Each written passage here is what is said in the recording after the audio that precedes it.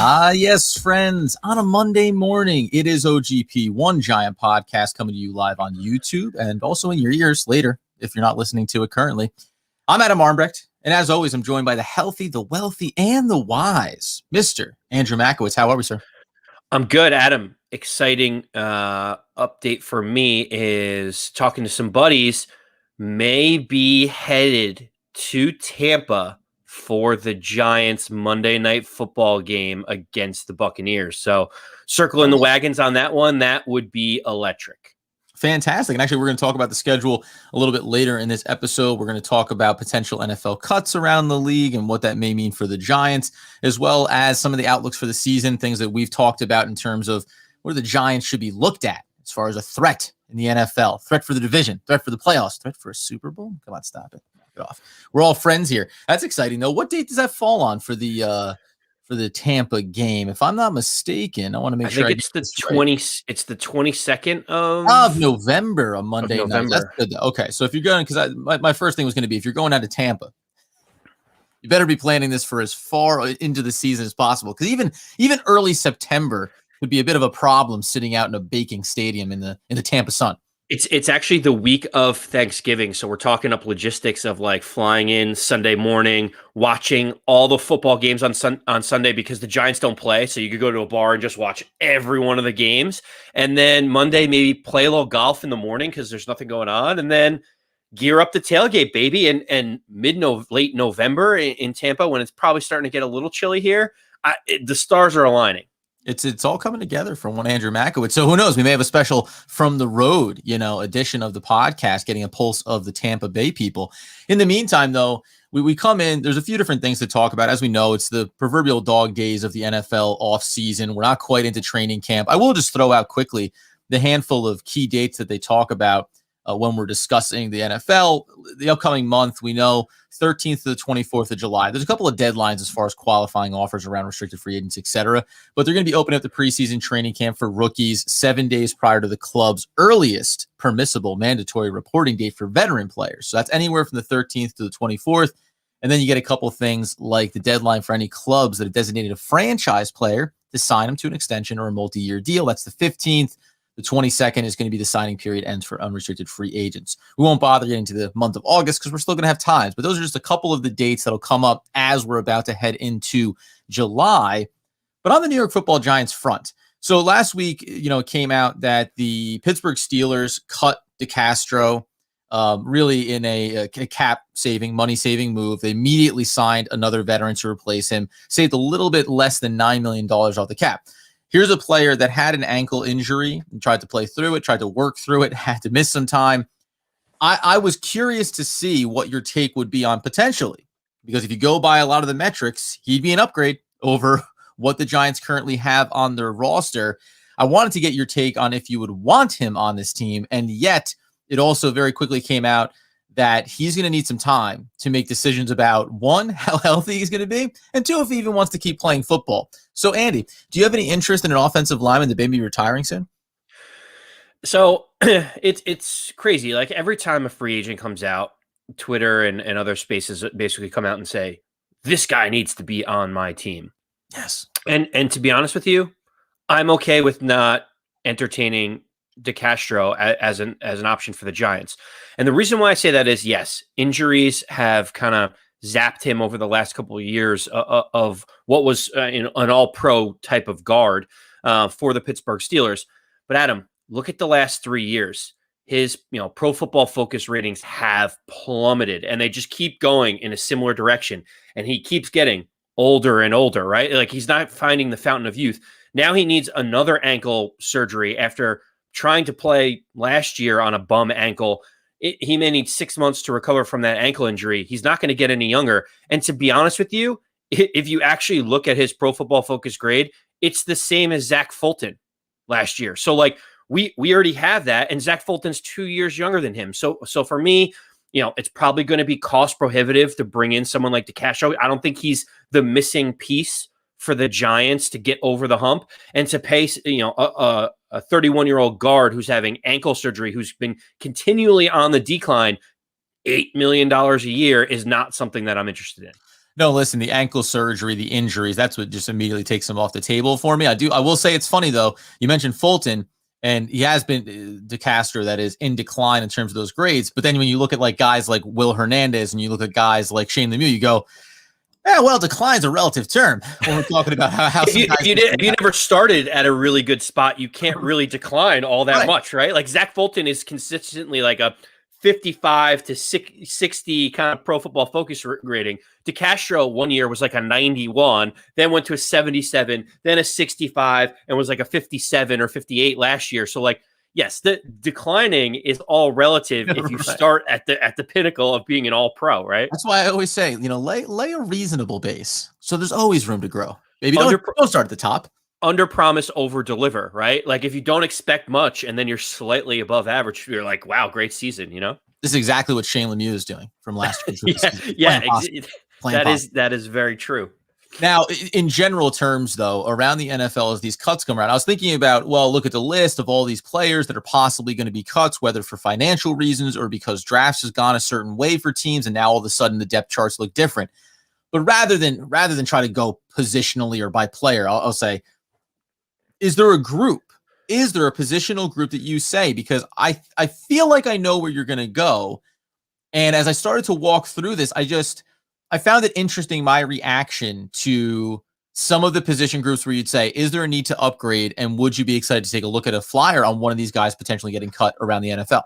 Yeah, I mean, couple things. Just because we're saying that these are the types of places where we would look to upgrade doesn't mean that we don't like the players on the roster. This is what every team does. When you're talking about a backup or a third or string guy, like sometimes you can add depth pieces. It's not like this guy gets cut and he immediately plugs into the starting 11 on offense or defense. It's a complementary piece. And so because of that, the one place that I would look is outside linebacker, edge rusher. If there's a team that maybe sees an aging speed edge type of guy and they want to save money against the cap and they release someone, I think that's a place where the Giants can explore. They've made a couple moves in the offseason. Obviously, bringing in Ojulari is one piece to the puzzle. But I think a situational pass rusher is exactly what this defense needs, where it's third and long and you want to get to the quarterback. You bring in that extra edge rusher on the outside. Like, I see no problem in entertaining that, especially as we get to cut season. The hard part is that when you think about a veteran become available, and I agree, right? Edge rusher is a good spot to obviously look at, but the Giants are still in a relatively tight cap situation. So creating space for a player, because you got to remember, it's like with DeCastro, say he's 100% healthy. The Steelers cut him because of what the cost was. Right. And they're looking to try to balance their books. So when you're the Giants or any team around the league, you go, oh, look at this quality player that just became available. They're not, it's the same thing that the Giants did with Zeitler, right? We can't afford to keep you on the roster and still do everything else that we need to. It wasn't, and when you get cut, some other team's going to sign you for $1 million. No. So even when some of these veterans become available, a lot of them are saying, well, I'll take a 1-year prove-it deal somewhere. But even the prove-it deals are still about decent bang for your buck so that the team knows they come off the books after one season. So the balance of who becomes available and who the Giants can afford to bring in is a delicate one for them. Well, the good news is the Giants are on the upswing. If you look at kind of the pendulum of where things have gone the last couple seasons, not necessarily a free agent destination. You look at places like the LA Rams, or you look at the Kansas City Chiefs, now the Tampa Bay Bucks. Those are places where if you're an older veteran, you're saying, I want to win, I want a shot at a title, I'm going to go there. The last couple of seasons, the Giants weren't a destination where people wanted to go. Now, I'm going to be honest. You look at the culture that's being built in New York. You look at what Patrick Graham has put together. You look at guys like Logan Ryan turning around being like, this is where I want to be. I'm signing an extension early. You look at Adoree Jackson, who gets released, and his first instinct is to fly right up to New York and be like, let's do this, guys. You hear Blake Martinez talk about the culture. Leonard Williams comes back and resigns. Dalvin Tomlinson would have come back if we could have afforded him in some way. The culture is being built that the Giants are a place you want to go if you want to be competitive. Great locker room, great coaches. Like, maybe we're starting to be in that top 10 place where a veteran gets released and they're saying New York is a great place to live to begin with. The Giants are on the upswing and they have a really good culture going on the defensive side of the ball. I was going to say specifically on the defensive side, right? If you're a veteran who's getting released, you can look at the Giants and say, when you talk about the landscape of the NFL, where can I go and be on a competitive defense? And also, where am I going to create the most value for myself to get back out to free agency another year later? And that's where I think the Giants come into play. When you look at Patrick Graham and what he's doing there, you say, I'm going to get opportunities. I may be able to give myself a strong performance this year and then turn that into a multi-year contract, if not with the Giants, somewhere else. Yeah, I mean, think about it this way: if you're an edge rusher, you realize the Giants have kind of an area of need in that you could be situational, so they'll put you at your strength, not necessarily say you have to play every single down. And if you are on a top 10 defense in the league and you get 8 sacks, like you go back out on the open market, you're looking at a multi-year deal. So to me, it's the Giants culture. It's being in New York. It's everything that's going on, but it's also the opportunity to succeed. To your point, Adam, to get back out there and get that multi-year contract with some guaranteed money on it. Yeah, mutually beneficial, hopefully. You talk about the Giants being on the upswing. I think that that's the case, and it leads us into the conversation around sleeper squads in the NFL. Bleacher Report recently put it out here as far as the top 5 sleepers coming into this NFL season. Now, we'll get into a little bit some of the other teams on this list, but the Giants are listed among them. And they're listed as the second most likely, I guess you'd say, to be a sleeper pick because their wins are set at 7 for over-under. Over 7 wins and what this team could achieve. Now, the interesting thing is, as we get into some of these other squads that are on this list, you have to take into account the divisions they're playing in and what the expectations are for some of those teams as well. But were you at all surprised, just on the Giants piece, that they all of a sudden, after what feels like an offseason where the Giants have been kind of looked at passively around the NFL, right? On a high level, national media coverage has been very, yeah, I guess. I mean, if Daniel Jones can figure it out and if Saquon Barkley is healthy and potentially if, all these ifs have been brought up around them. So I was a little bit surprised that they got thrown into this mix of sleeper teams, given the narrative that's been put out there about them. Well, first of all, let's go into this Bleacher Report sleeper squad top 5 situation. Like, I think sometimes we're using the term sleeper a little broadly, a little too generously. Like, on this list are 2 playoff teams basically in the Arizona Cardinals and the Pittsburgh Steelers. It's like, okay, well, they made the playoffs last year. So how do we assign a sleeper? Like, a sleeper to me is a team that either wasn't very good or completely underwhelmed the previous season, maybe made a couple of all-season moves that were sneaky good, that addressed areas of need that could make them better than what they were last year. First, the whole idea of being a sleeper and winning 11 games last year doesn't really compute to me. But for the Giants, I honestly do. Adam, it's probably because I might be a little bit biased, but I, for the life of me, cannot understand why the Giants are 4-1 to win the division.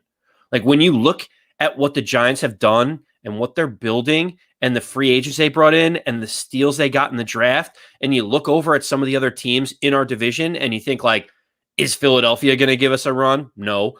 Did the Washington football team solve their quarterback conundrum by bringing in, Fitzmagic? I don't know. Like, did Dallas do anything to address the defensive side of the ball, or are they just hoping, oh, Dak's healthy again, so maybe we'll just trot him out there, score 35 a game, and win 9 games and sneak away with the division? Like, I for the life of me can't understand why the odds are 4-1 for the Giants when they really have built something, and this is the year for them to show up. Yeah, it's interesting, 100%, because when you look at the division, this isn't even us puffing our chest on the Giants so much, which we are excited about. We think that they can be a surprise team this year in a lot of ways. But when you just look at the division, it just feels like this should be kind of a coin flip for who could win, right? They should all be kind of lumped together in this tight little knit group as far as who can rise to the top. And then you see how things play themselves out over the first 5 or 6 weeks of the season. You start to get a sense of it. So in that regard, I think you're right. To the sleeper list here in general, when you have a team, and I know there's 17 games now in the season, so it's a little bit more, but even the Pittsburgh Steelers, as you mentioned, when it's 8.5 is the win total, I'm like, well, how much of a sleeper could you be if you win 10 games as opposed to, 8 to 10, or you win 11 instead of 9? Like, I don't know how you can be considered a sleeper if potentially you're going to be a 10 or 11 win team. Likewise for the Cardinals, I do feel like there's been questions about the coaching there, but this feels like a team that's on the precipice of making the big run. The only difference that I see here, and there's one team that I think is very justifiable to have on this list, along with the Giants, certainly, but the only difference that I see here, again, to talk about divisions and what it's going to take to get through there. So some of these are subject to the idea of the Pittsburgh Steelers. Well, are you a sleeper because the Browns are going to be really good this year and the Ravens are going to be right back there this year, and just the difficulty of making it out of the division could look a little bit tougher for some teams than others. But even at that, the talent is there. And I'm not going to tell you that.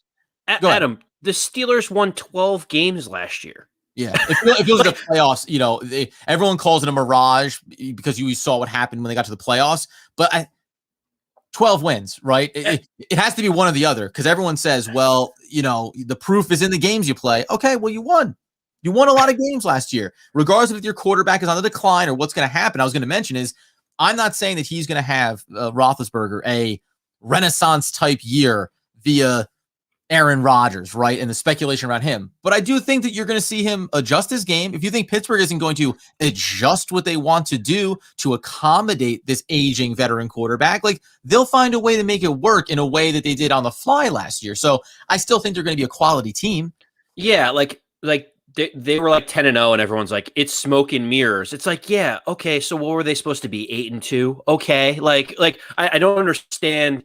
So this whole thing of sleeper, so they're saying, okay, they're going to be 9-8 is what we're guessing. Like, okay, right. They were 12-4 last year, so of course that bet makes sense to me. But yeah, the whole sleeper thing is interesting. I think honestly, the Giants would be another half a win or a full win more had it not be for the way the schedule lays out for the Giants. Well, and that's the thing. Tip of the hat to Chicago Bears. They got thrown in at the 5th spot for sleepers. That makes sense to me. That seems legitimate when you have a rookie quarterback and you could see a spark plug at some point along the way.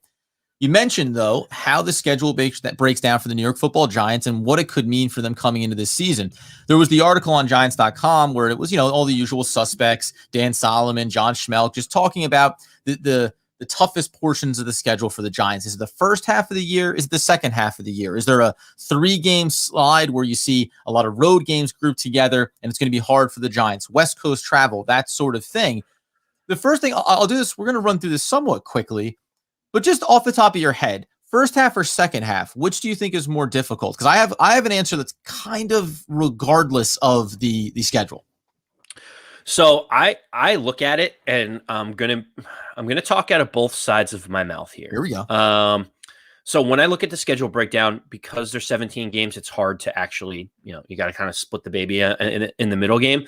What I will say is I think that the first half of the season is actually more difficult for the Giants based on the breakdown. And one of those key reasons is because there's more division games in the back half than there is in the front half.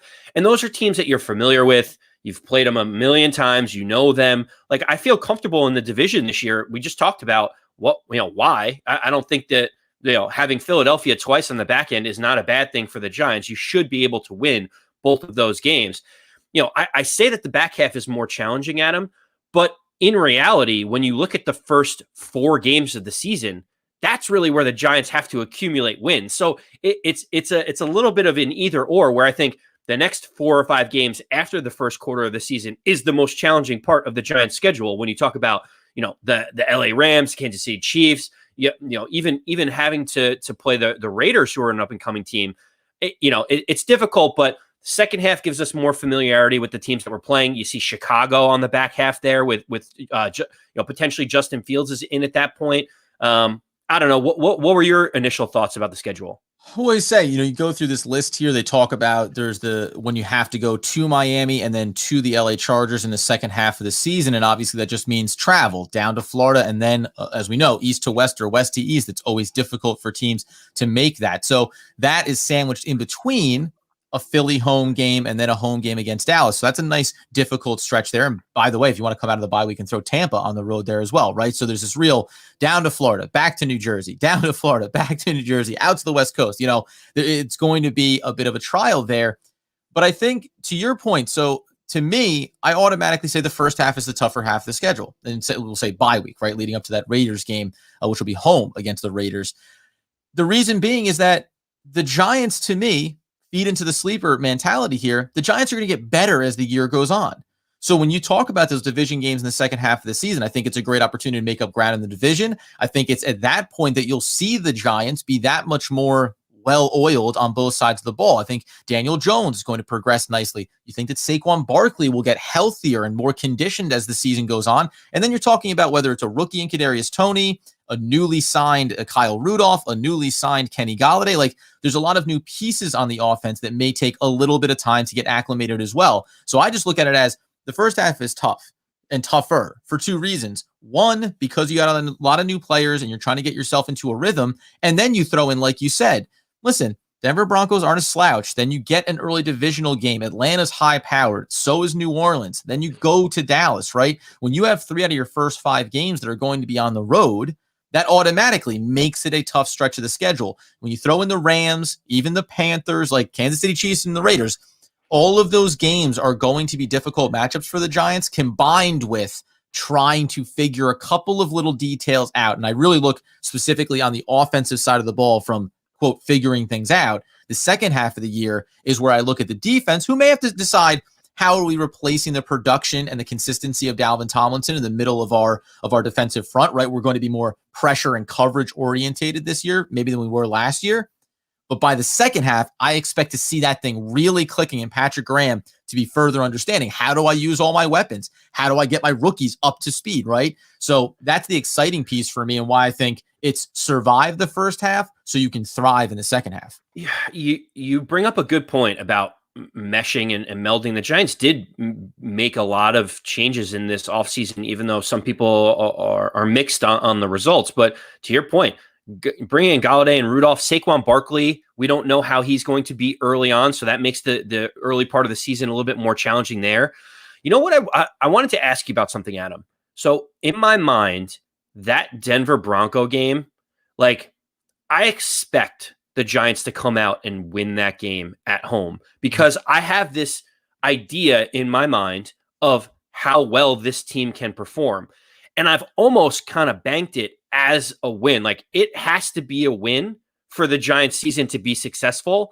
And I feel like I'm setting myself up for like unmitigated disaster, where it's like a win, I'm like, yeah, that's what a good team does. Like, and I'm not giving the Giants enough credit for beating a tough Denver team. And a loss, I'm like looking down the schedule, I'm like, well, now we got to go on a short week to Washington. We got New Orleans, who's always good under Sean Payton. And then I'm thinking about the Rams, the Chiefs, the Bucks, and I'm like, where are these wins going to come from? So am I setting myself up for like unmitigated disaster by already thinking like Denver should be a win? Well, yeah, I think the tricky part is that, because we talked a little bit along the way about how Denver feels like that's the one everyone's going, so you'll beat Denver week 1, right? And you go, well, it's not automatic in the same, but I put them in the same group as the Falcons, as the Rams, as the Saints, maybe, and there's a hierarchy there, but they all fall into that grouping. I think, to your point, it's about, you come out, it's a home game, by the way, and that does play a factor here. If you were on the road and you lost that game and you played tough, but you came up short, okay, I might be able to come out of that. You're home. You need to set the tone for what this team is going to be this year. And in that regard, I think you're right that it, must win is impossible to say in week 1, but just the idea of, circumstances matter too. How do you lose the game? But if you lose to Denver and then you go to Washington, well, if you lost a road game to Washington, you wouldn't feel decimated in a, isolated game. But then Atlanta and New Orleans and Dallas and the Rams, like those next 4 games, all of a sudden you say, well, if you told me that you beat Atlanta, but you lost the other 3, 2 road games being in there, I wouldn't be shocked by that. And all of the sudden, based on the Denver game, are we a 1-win team right now, 6 weeks into the season? Or are we 2-4 with a great opportunity to go to, the Rams at home and get a good win, and then Carolina get a good win and be in and around 500? The last thing I'll leave you with is that, in my mind, and I said this back when the schedule first came out, I really do think that this is going to be a team that is living in and around 500, and it's just going to come down to what happens at the back end of this season when we've talked about, remember, they're going to play 3 out of the last 4 games against division opponents. I think it's going to be about treading water, and I don't mean that negatively. Just you're going to have to take the tough losses, road games, get the big wins at home, and then when it comes down that stretch, can you win a few key divisional games to take yourself from being 1 game above 500 or at 500 to finishing as a 10 or 11 win team? Yeah. So I actually think the Denver Broncos are the perfect week 1 opponent for the Giants, because the Broncos, by all accounts, have a good defense. They've got a lot of weapons on the outside. Their quarter is kind of their question mark, similar to what the Giants are facing. But they're a team that's expected to be competitive. They should be able to win 7 or 8 games this year. And if things bounce the right way, then maybe they could win more. It's a great litmus test for the Giants to say, like, what are we? Because if we can't handle business at home against a potentially 500 team, then what are we? Like, what are we looking at here? And so that's why, to me, it's I'm putting a lot of chips in the basket in week 1, just thinking to myself, like, to your point, if you lose that week 1 game and then you got a short week against Washington and you got to play Atlanta. Atlanta becomes a must-win game if you're 0-2. It's like, man, there's a scenario where that week 1 doesn't go the right way, and you're looking at 1-5 for the Giants, which is just like so far from where I think this team is going to be based on the talent. So, like, I am putting so much emphasis on this week 1 game, and the Giants need to handle business at home. It's just that simple, right? Yeah, and listen, and you heard it here first, by the way, friends. Like, I believe in the Giants football team on both sides of the ball and what they're developing. When I look around the division, mark it down, friends. Giants are 2-0 heading to week 3 against Atlanta, because I actually think that game against Washington in Washington early in the year, that's the opportunity to get that team when it's Ryan Fitzpatrick and it's a veteran quarterback that has his ups and downs, and maybe the defense isn't fully where they want it to be. That's a nice test for the New York Football Giants offense. And to your point, first 2 games of the season will be tests for the offense, because you're going to be going up against quality defenses. Then you get into shootout games where it's fun and you hopefully see the defense pick up some of the slack there. But week to week, it's almost like offense, it's your turn to shine. Defense, you got to make the big plays, right? And I'm sure at some point along the way, we want to be able to say the team does it every week together. But I think early in the year, you're going to kind of look at the opposition and have that dictate, well, which side of the ball needs to dominate for us? This is where we want to see that secondary really shine. This is where Daniel Jones and Saquon Barkley and all the weapons should be able to take advantage of a weak or suspect defense. And that's when you look at Atlanta and you look at even a team, obviously, like the Saints as well. Well, what I find interesting is the betting odds of week 1. Here we go. So, Adam, if I asked you, I don't know if you've looked, we didn't talk about this pre-show. What do you think? What do you think the line is for the week 1 Giants at home versus the Denver Broncos? Denver giving 1.5.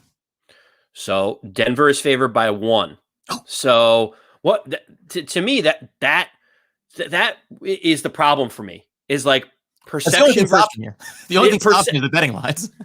Perception versus reality is like so crazy to me right now, because I expect that's a game where if the Giants are as good as we think they are, they should be favored by a field goal. Like, you're at home, you have the dominant defense, you got all these weapons. Like, you're talking about another non-playoff team coming, cross country to play you at home. Like, these are games where the Giants need to be favored. Right, yeah, like, Giants are getting 4 points if they're playing in Denver. Right. Like, you would think it's a field goal, 3.5 either way, depending on who's home and who's away, and it's not. The Giants are underdogs at home week 1, and so maybe that's the reason why they're 4-1 to win the division in the odds makers' eyes, because I just expect them to be favored in these games, and they're not. Well, and it's so funny, too, because the more that I've been reading, we went back and said, I think that you were a little bit more bullish on, the instant analysis of the schedule and win predictions for this year. Pessimistic Mike, it's in his name. Pessimistic Mike was more optimistic about the Giants' upcoming season than I was. But the more that I'm reading and seeing, and obviously training camp's going to tell me a lot here, too, but I'm starting to get that good old-fashioned feeling where I'm going to end up, where I'm all on board, and I think the Giants can really do something special here. But those are the concerning lines. We'll have to wait and see, obviously, how training camp goes. Because, you always talk about those flashy guys that show up along the way in training camp. That's great. I want affirmation that Bradbury is still in prime form, that Adoree Jackson is ready to lock it in as the number 2, that Kenny Galladay and Daniel Jones have the chemistry, that Sterling Shepard looks like he's 100% healthy, that Evan Ingram has figured out how to catch passes, right? Like all of these things, those are things that you can check in training camp and actually have a tangible result attached to it, as opposed to, oh, who's going to be the shocking player that we didn't see coming? No. The Giants need to be beyond that point. We have talent now, quantifiable talent on the roster. It's about confirm that the money spent and the moves made were all in vain of going in that right direction of winning more football games. I couldn't agree more. I mean, I don't need them to come out and say, Kelvin Benjamin, my goodness, he's the shocking surprise guy. Yes, exactly. Like, he is going to be our starting tight end. I'd be like, oh no, like what happened? Like what happened to Evan Ingram? What happened? Yeah, something did not go well in camp. Like you don't want shockingly, this, Rodarius Williams is beating out Adoree Jackson for the number 2 cornerback position. You're like, no, this is all going wrong. Like keep that away from me. Mike Glennon overtakes Daniel Jones. Mike Glennon throwing dimes in preseason is now the story. Like to your point, Adam. Don't give me any of that. I don't want that. I just want the guys that we expect to be good, like Kenny Galladay catching one-handed passes, Daniel Jones throwing bombs, over the top, Kyle Rudolph being the perfect complement to Evan Ingram in terms of like run blocking, pass catching, making us a little bit more creative on offense. Give me those types of stories. No big surprises, because that means one of our starters, something has gone horribly, horribly wrong. 100%, my friend. And at the end of the day, with a footnote on the roster, that running back Armstead that we picked up has been released. So we talked about how that running back room was going to shape up, and this is going in that direction of what we anticipated. It looks like veterans mostly, and then our young blood Brightwell trying to make that little niche for himself on special teams and hopefully in the running back room as well. You can follow us on social media at One Giant Podcast. You can follow and listen to the podcast wherever you get your needs fulfilled. Leave a little 5-star review. Talk about Andy Makowitz, debonair in his glasses on a Monday morning. Whatever it takes, friends. We appreciate the support. We'll continue to bring it to you both on the podcast and live on YouTube. Until next time, as Andy Makowitz would want, would need, and would demand that you know. As always, let's go Big Blue.